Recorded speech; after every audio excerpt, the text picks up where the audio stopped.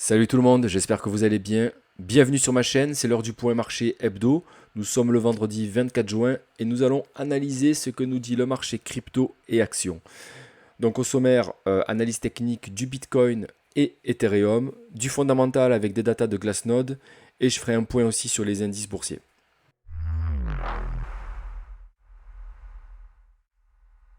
On démarre l'analyse technique et je vais l'axer sur un sujet en particulier, la capitulation. Pourquoi chercher la capitulation? En fait, on cherche la capitulation parce que dans un cycle haussier comme cela, comme on a vécu, on ne monte pas jusqu'au ciel et à un moment donné, on a une phase de distribution et puis ensuite on a une chute du prix. Et la capitulation, en fait, elle signe que justement, en fait, on a eu de la panique sur de la vente et en fait, on a eu par la suite un désintérêt du marché. Ça veut dire que plus personne n'achète, plus personne ne vend. Et c'est à partir de là que on va dire, les grosses mains accumulent à bon prix. Ok? Parce qu'on a souvent un retracement, on a souvent un prix qui a chuté de plus de 70% en tout cas, etc. Et en fait, on se retrouve à des prix de marché intéressants. Et il faut cette phase de capitulation pour pouvoir avoir des prix intéressants. Et en fait, elle traduit d'abord une vente panique, et puis même si d'ailleurs on peut dire d'abord une phase de distribution saine, une vente panique avec du déni, etc. Machin, des phases, enfin, en tout cas des émotions qui sont désagréables pour la majorité. Et ensuite, une capitulation, parce que là on a vraiment la phase de dépression, une capitulation permettant aux grosses mains de racheter à bon prix et de repousser le marché vers le haut pour faire un nouveau cycle. Donc maintenant, comment savoir si la capitulation est terminée? Plutôt que d'acheter le couteau quand c'est bas, je vais un petit peu ouais, enlever parce que ça commence à faire beaucoup. Mais en tout cas, ceux qui veulent buy the deep, ici ils achètent ici, ils achètent ici, ils savent pas en fait quand ça va se terminer. Ce qu'il faut en fait, c'est attendre la calmie, le désintérêt. On va passer par cette phase-là, plate.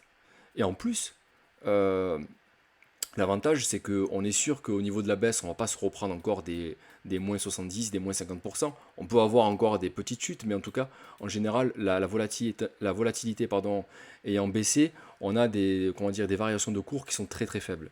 Et en fait, ce qu'on cherche actuellement, c'est savoir si la chute a terminé, mais en fait, on s'en fout, parce qu'elle peut avoir lieu pendant 3 semaines, un mois. On peut perdre moins 70, moins 90%. Nous, ce qu'on attend en tant qu'investisseur, et même en tant que trader, pourquoi pas, c'est que on ait cette baisse de volatilité, ce retournement de marché. Ok. Donc on peut avoir pour exemple ce qui s'est passé en 2018. On a exactement la même chose. D'ailleurs, on peut regarder, c'est assez identique. C'est que après le bull run, là, on a eu cette phase de distribution. On a eu de la vente avec de l'espoir, etc., du déni, de la panique, et puis ensuite encore un petit peu d'espoir, et puis en fait le marché là, hop, panique sell et capitulation des intérêts. Ok, là on a une grosse vente panique ici. On le voit sur le cours, voilà, c'est une grosse impulsion baissière. Là ici on a eu de la panique, et ici on a eu du désintérêt et de la capitulation, pour ensuite avoir une reprise haussière. Ok. Et c'est à partir de ce moment-là, quand on aura justement des figures de retournement avec un signal, ici on pourra se dire, ça y est, le marché repart à la hausse. Ok. Mais en tout cas, on peut constater que c'est inutile de vouloir acheter ici, de vouloir acheter ici, de vouloir acheter ici. Ce qu'il faut en fait, c'est attendre d'avoir un retournement. Ok. Et de toute façon, si vous avez acheté ici, même si le marché est un petit peu remonté entre temps, ce sera toujours mieux que d'avoir acheté ici, ici ou ici. Donc la patience en fait est hyper importante dans le trading. Il faut avoir de la patience, de l'analyse pour pouvoir juger du bon moment pour rentrer sur un marché. Et pour ça, il faut connaître un petit peu les phases justement de cycle. Et actuellement, en fait, on est en phase de capitulation. On ne sait pas si elle est terminée ou pas. Mais par contre, ce qu'il faudra regarder, c'est est-ce qu'on a du désintérêt et de la faible volatilité. Il faut chercher cette zone de prix là. Donc voilà pour la partie un petit peu structure de comment on va regarder l'analyse technique. Et maintenant, on va regarder avec le RSI, les moyennes mobiles, le Fibonacci.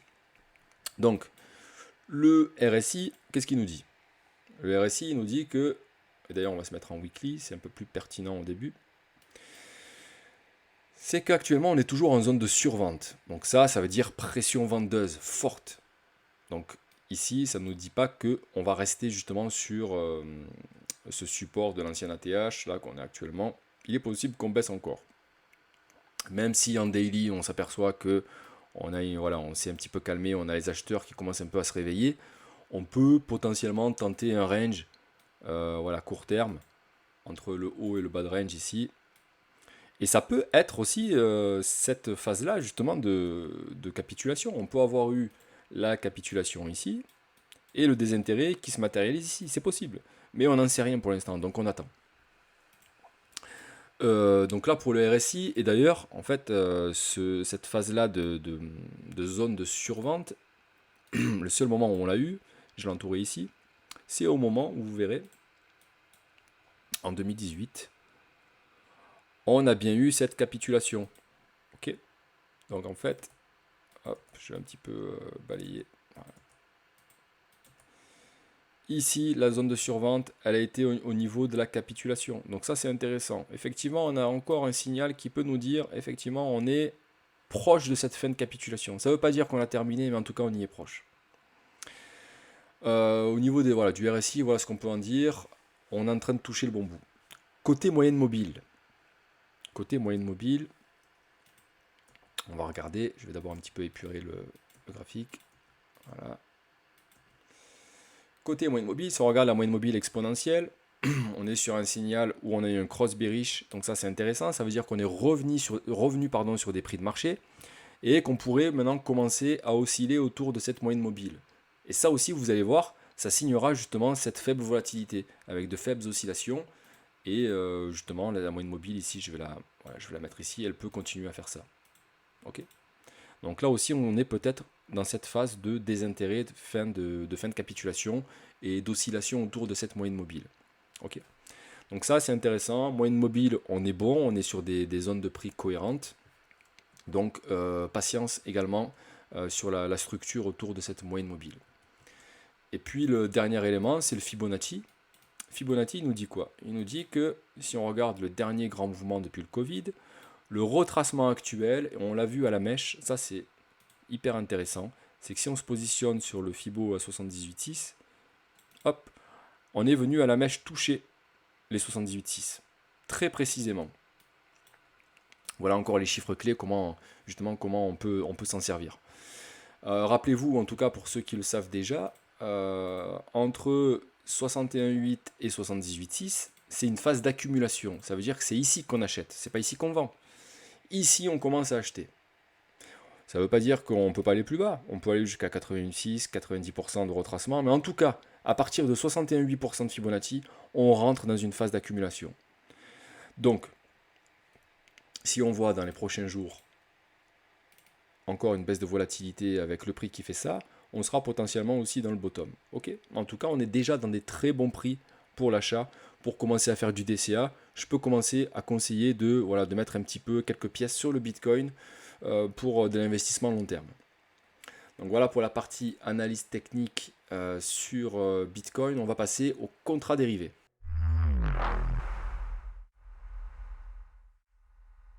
Concernant les contrats dérivés, j'ai noté plusieurs choses. La première chose, c'est qu'on voit une baisse de l'intérêt sur le marché. On a effectivement une open interest qui a une trendline baissière ici, on le voit.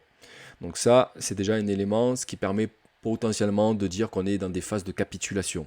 C'est-à-dire que les spéculateurs arrêtent de mettre du levier comme des porcs, et puis ça permet justement de signer des bottoms et des capitulations.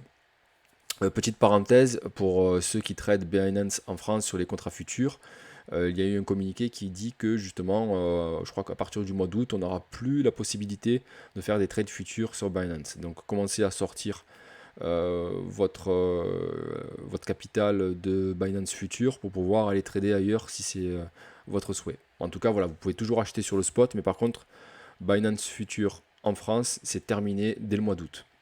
Voilà, ça c'est un peu les joies de la régulation en ce moment qui sont appliquées. Je ferme la parenthèse. Du coup, sur le sentiment du marché, des spéculateurs, il devient bearish de plus en plus. On voit vraiment maintenant que on commence à avoir des zones où le nombre de shorts atteint quasiment les 50%. Donc ça c'est pas mal, ça c'est bien. Ça montre qu'on arrête un petit peu, à la fois il y a moins de monde qui spécule et en plus ils sont de plus en plus pessimistes. Donc ça c'est intéressant. On a eu des phases de liquidation il y a quelques jours ici où ça a fait un peu le yo-yo, ça a liquidé des shorts et des longues. Ça a peut-être un petit peu traumatisé tout le monde dernièrement. Voilà, donc là, voilà pourquoi je pense pourquoi l'open interest n'est pas en augmentation sur le Bitcoin et pourquoi le sentiment devient bearish. Donc là, intéressant, ça pourrait signer aussi une phase de capitulation. Alors court terme ou moyen terme, je ne sais pas, mais en tout cas, voilà, on est dans quelque chose d'intéressant pour arrêter justement la baisse du marché.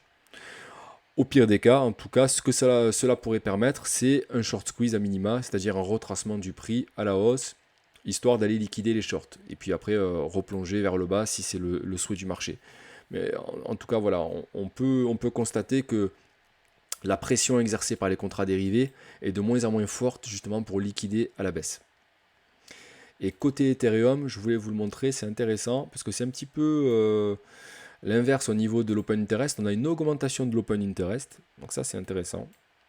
Et en plus, on a un sentiment bearish. Donc le short squeeze, en fait, il est totalement possible prochainement sur Ethereum. On peut avoir une petite impulsion haussière sur Ethereum pour aller liquider du short. On voit qu'on a une majorité de short, on a plus de 53%.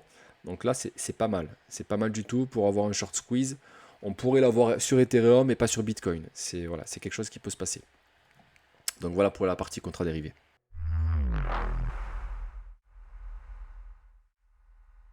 Côté data Glassnode, je vais vous montrer quelques graphiques intéressants sur les drawdowns depuis l'ATH. Drawdown, c'est les attaques baissières, en fait, c'est les chutes de prix depuis l'ATH.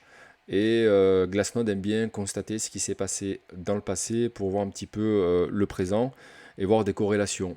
Et on s'aperçoit que le bear market actuel, on a fait un moins 73,3%, là où en mars 2020 pardon, on a fait du moins 74,7%. Le bear de 2018, on était de moins 79 à moins 84%.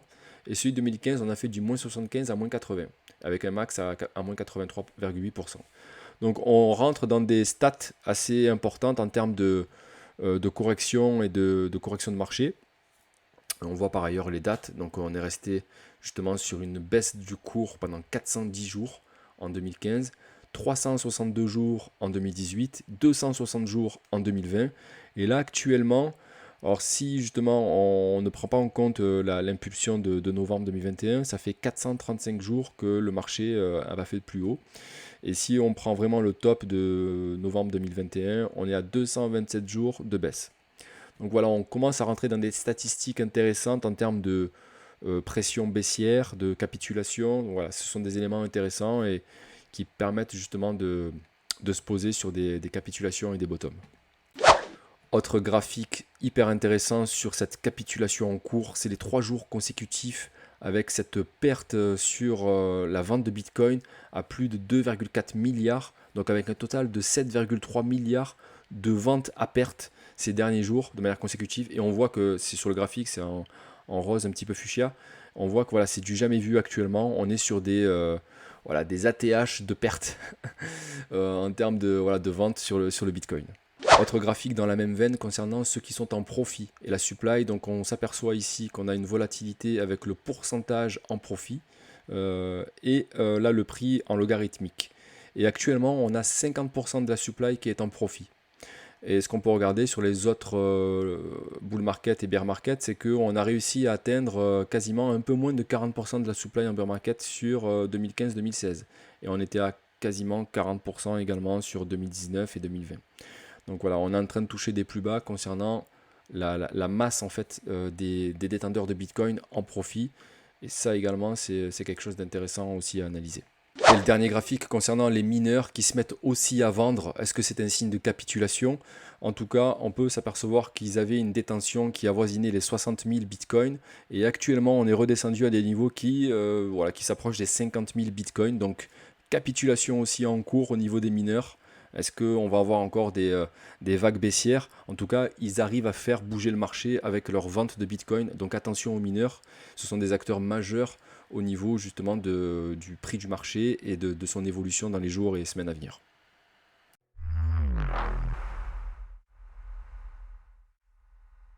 Concernant les indices boursiers, on va commencer par le dollar index parce qu'il donne un petit peu le tempo depuis pas mal de temps et actuellement il essaye vraiment de percer cette résistance historique. Alors ce qui est intéressant, c'est que Actuellement, il essaie justement de casser cette résistance, mais en même temps, ce qu'on peut constater, c'est une perte de force au niveau du momentum. Donc ça, c'est intéressant. Ça pourrait montrer, avec cette divergence ici, qu'on arrêterait justement, enfin qu'on serait incapable de venir transpercer cette résistance. Et c'est ce que l'on veut si justement on veut avoir un petit peu des flux en termes de macroéconomie, revenir sur du risk on. Là, on est totalement sur du risk off, c'est-à-dire valeur refuge. Si on veut voir les actions, les indices, enfin en tout cas les actions et la crypto remonter, il faut revenir sur du risk on. Et voilà, ce sera uniquement quand le dollar aura perdu de la force. Donc est-ce que effectivement on est arrivé justement sur des bottoms ici, sur des tops pardon. On voit que c'est voilà, c'est une zone ici qui a été défendue là. On voit qu'ici on a eu une poussée haussière qui a duré un petit moment et puis on a une redescente. Voilà, actuellement on a un prix qui est en tout cas une valeur qui est assez sensible. On essaie de buter, on a une perte de force, donc ça c'est intéressant, et en espérant que justement on a signé le top pour revenir faire du retracement et permettre un petit peu voilà, de refaire respirer le marché des risques on. Pour le gold, quant à lui, il est un petit peu tranquille, il est un petit peu discret, mais en attendant il est toujours sur cette impulsion haussière, dans ce canal haussier, au sein de ce macro range que nous voyons ici. Donc moi là où je ferai un petit point de vigilance, c'est si tout doucement, en retraçant, en revenant sur les zones de prix, ici il y a une grosse résistance. Si vraiment on a une cassure au niveau de la résistance, on pourra voir le gold reprendre des valeurs, on va dire, historiques, parce que justement ce sera signe d'un ATH. Et ça permettra justement d'avoir une reprise de valeur sur l'or, comme on aurait aimé le constater depuis, on va dire, depuis quelques mois, parce que normalement il est censé faire son boulot dans ces moments de phase de marché baissière sur le risk on, et pour l'instant il n'a pas fait vraiment de signes, il n'a pas montré des signes de force. Alors bon, selon certains économistes, il est poussé artificiellement vers le bas à cause des contrats dérivés, il est pas mal shorté, etc.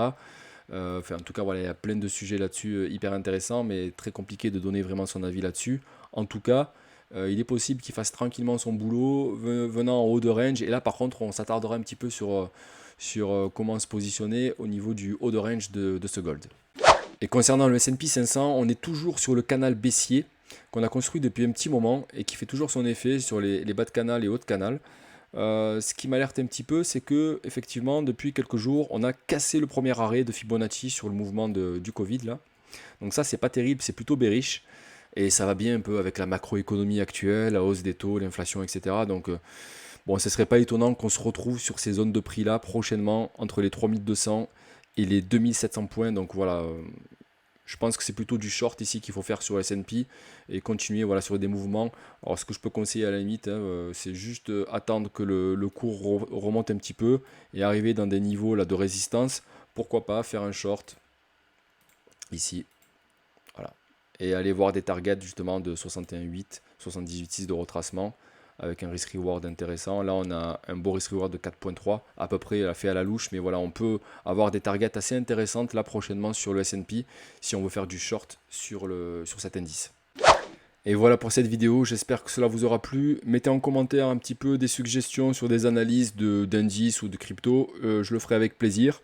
Sur ce, je vous dis à la semaine prochaine, prenez soin de vous et bon week-end. Ciao, ciao.